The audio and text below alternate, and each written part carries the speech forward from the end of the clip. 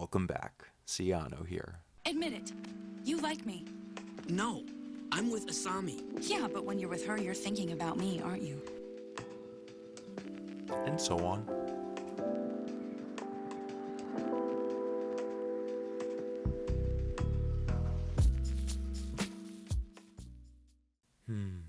The love triangle. Whether we're talking Peta or Gale, Edward or Jacob, Patrick or Art, people love themselves a good love triangle. As promised last time, let's explore the more fun side of Legend of Korra. Although love triangles are fairly common, Legend of Korra is the rare example of a love triangle with a good ending. But what makes a good ending? In my opinion, it comes down to whether or not the protagonist made the right decision. Whether that's person A or B, or to walk away from the situation entirely, I want to feel like the creator didn't just flip a coin. Here we come to the delicate balancing act. Because if you want us to be invested, then at least in the beginning, we as the audience need to understand why the character is conflicted. The problem for the creator comes when it's time for the final decision. There are many pitfalls that detract from a story's ending. If in the third act, you make one potential option egregiously worse than the other, you leave people with a bad taste in their mouth. This isn't just a love triangle problem. In many series, we've invested time into learning about these characters, and it feels like the creator cut corners. Characters shouldn't change because the story has entered a new act. The story should enter a new act because of the decisions made by the characters. Legend of Korra is able to subvert expectations, but do it in a way where we as the viewers can look back at the series and see that the ending was being set up. So let's get into it. Well, whatever happened with Mako, I'm glad it hasn't come between us. I've never had a girlfriend to hang out with and talk to before. This phase takes place mostly in Season 1. We see the most rapid back and forth between Korra and Mako and Asami and Mako. As I discussed in the previous video, the first season is very much a coming-of-age story for Korra. She's taking up the mantle of Avatar, exploring the good and bad of industrialized living, and she is learning that nothing is quite as simple as she thought it would be. So it makes sense that Korra also learns about the complexities in romantic relationships. I've heard people say that they don't like how much drama goes on within this Team Avatar. To some extent, I see where they're coming from. Korra actually starts things off in a different love triangle, one where Bolin likes her, she likes Mako, and Mako's brooding. Then Asami gets added into the mix, and yeah, there are a lot of hurt feelings. In my opinion, I feel like they perfectly captured the crush mentality of young adulthood. The feelings burn bright and hot and often lead to embarrassing moments. It's not for everyone, but I think they do a good job of giving us these funny, awkward moments, but still giving the characters respect. Bolin thinks that he's winning Korra over, and then he sees her kissing Mako. He is hurt, he drowns his sorrows in noodles, but at the end of the day, he cares about Korra. And he still treats her as his friend. And I didn't mean to get so gushy in this section. Let's just give credit to a show for providing an alternative example to the idea of friendship versus romantic entanglement. Bolin is hurt, but he understands that Korra didn't mean to hurt him. And again, he's still her friend despite the fact that she rejected him. Apologies for the tangent. The main outcome of the main love triangle in this period is that Mako tells Korra that he loves her and they end up together. Yeah, if the story ended here, it would not be a good ending. Thank goodness the show got 3 more seasons. What lovely young women. Mako, why aren't you dating any nice girls like them? During Season 2, we see Mako and Korra as a pair, and it isn't as neat and easy as we might have expected. What they fight over are not silly things. Korra is trying to remain an impartial avatar as her southern tribe gets conquered by her uncle, who manipulated her into opening the spirit portal so that he can fuse with the evil spirit Vatu and become another avatar.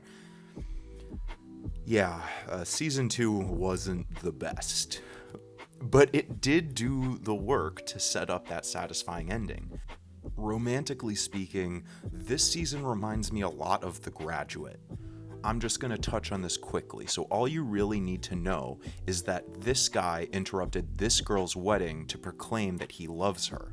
She agrees to run away with him, and this is the shot of them at the end of the movie. In this final glimpse of the happy couple, the veil of Hollywood is pulled back a bit. Look at their faces. This may be what is supposed to happen in a rom-com, but honestly, these two barely know each other. They acted completely on impulse, and I think it's evident that both of them are beginning to doubt whether they are prepared for what comes next. In Legend of Korra, the story doesn't end with Mako telling Korra he loves her.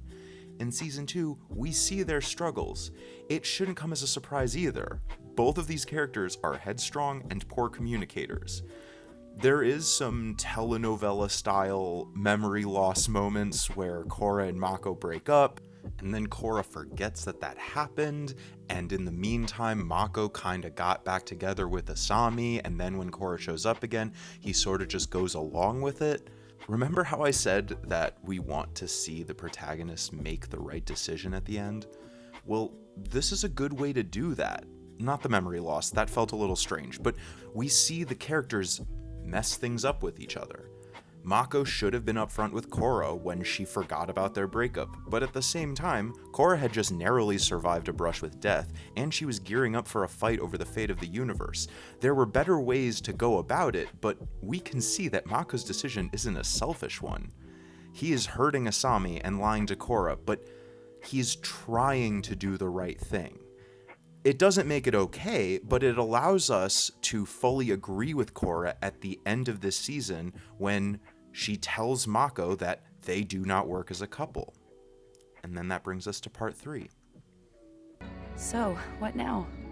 Back to the dance floor? I'm kind of all danced out. Honestly, after everything that's happened the past few months, I could use a vacation. You might notice that this part is much longer than the first two, and that's because as far as strict plot points go, not much happens between the three of them. Korra faces down arguably the best villains in the series, and her storyline changes. While the first 2 seasons felt like Korra learning that she must re-examine how she views the world, the 3rd and 4th seasons focus on how Korra views herself. She has her confidence shattered again, not by being overwhelmed by the state of the world, but by what she has to go up against. Both the Red Lotus and Kuvira have a deeper connection with Korra. Even if it wasn't intentional, she allowed these individuals to gain power, and what's worse, they both wish to provide an alternative to her, the Avatar. It leads her to question things within herself. That doesn't mean that they abandon the romantic plot. What we see instead is a slow burn of moments between Korra and Asami. They bond over Mako feeling understandably awkward around both of them.